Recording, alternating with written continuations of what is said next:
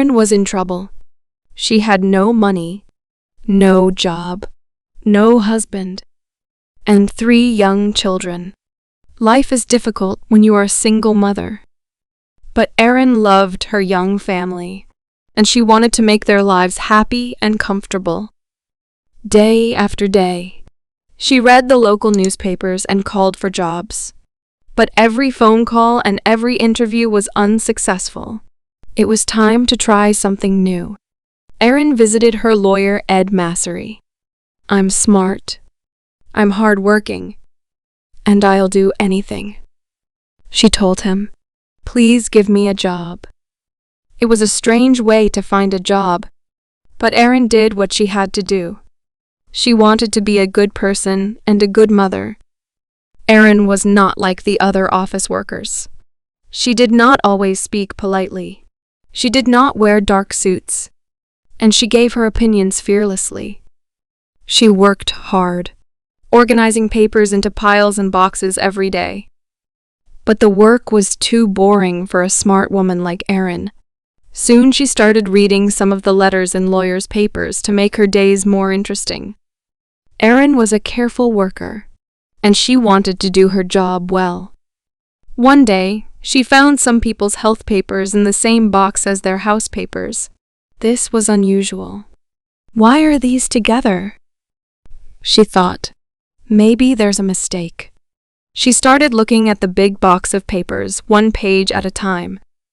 It seemed that a large electricity company, Pacific Gas and Electric Company, PG&E, wanted to buy hundreds of houses in the small town of Hinckley, close to their electricity station. But why? More importantly, why were the homeowners' health papers in the same boxes? It was a mystery. Erin could not sleep that night. She was worried. Did PG&E want to hide something? Were the people of Hinckley safe? Erin was already a busy woman with her own problems. She had little time to worry about other people. But deep inside, Erin felt that something was wrong. Could she solve the mystery? She needed more information. The next day she spoke to her boss, Ed. With his help, Erin started looking more closely at the papers. Erin discovered more and more strange papers in the Hinckley box. She realized that there was a serious problem. She loved her family and she wanted to spend more time with them. She wanted to see her children grow up. But people in Hinckley were very sick, and only Erin knew about it. She wanted to help, so she bravely decided to solve the Hinckley mystery. Alone, Erin visited people in Hinckley and spoke to them about PG&E, their houses, and their health. She wanted to find the true story. Erin was not a lawyer. She was friendly and interesting, and the people of Hinckley liked talking to her. They told her that PG&E was a good company. It made their water safe. It paid for their hospital tests. And it offered good jobs. But Erin was not so sure. Erin always got what she wanted. Now she needed help and information. She was working alone, but this did not stop her. She called and visited scientists, doctors, and lawyers. She talked to anyone who could help her, and every day she worked hard. At last she got the piece of information that she really needed. PG&E was poisoning the water near Hinckley. PG&E is one of the biggest companies in the US, and people liked and trusted it. But Erin realized that the company told lies. The water was safe, they said, but they were poisoning it. Erin was not important, famous, or rich. She was not even a lawyer. But she decided to fight against PG&E for the people of Hinckley. She knew that she had to help in every possible way. How many people were poisoned in Hinckley? Was anyone in danger? Erin returned to the town to find out. People knew Erin now. They trusted her and they talked honestly about their health problems. Hundreds of people in Hinckley had terrible illnesses, and some were dying. As Erin listened to the great problems and worries in these people's lives, she became very angry. PG&E knew that it was killing people. It was expensive to clean the water from its electricity station, so the dirty water ran into Hinckley's river and drinking water. Now the company wanted to buy the houses and keep the secret. It was not worried about the people who became sick. It was worried about possible payments to those people.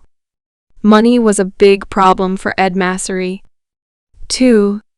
At this time, Erin's work was important. He knew that. But lawyers only get paid when they win. It was almost impossible for a small local law office to win against PG&E. Ed was afraid, but he was a brave man, too.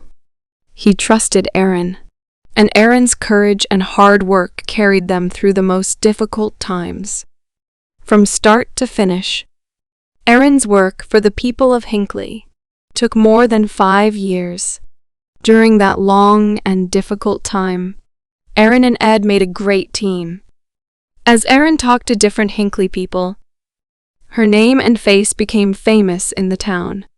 She had to be careful, though. She did not want PG&E to know about her work. As more people told their stories, Erin got the necessary information. She worked longer and longer hours. She still had a family to look after, too. Her body and mind were tired, but she knew that quick action was important. Finally, it was time to fight PG&E. Erin and Ed sent 634 notices for lawsuits from their small office to the large, expensive offices of PG&E. It was brave, but was it crazy? PG&E was a dangerous enemy. Was this the end for Ed's company? When PG&E received the notices for the lawsuits, its lawyers immediately realized the danger. The sick people of Hinckley wanted a lot of money from the company. More lawyers were brought in on both sides. The lawsuits were too big for Erin and Ed alone, but Erin continued to work on them. The Hinckley people were her friends now. She truly loved them, and she knew more about their lives and problems than anyone. So Erin, Ed, and the lawyers from other companies worked together to do their best for the people of Hinckley. After months of hard work, important lawyers in expensive clothes filled a small courtroom.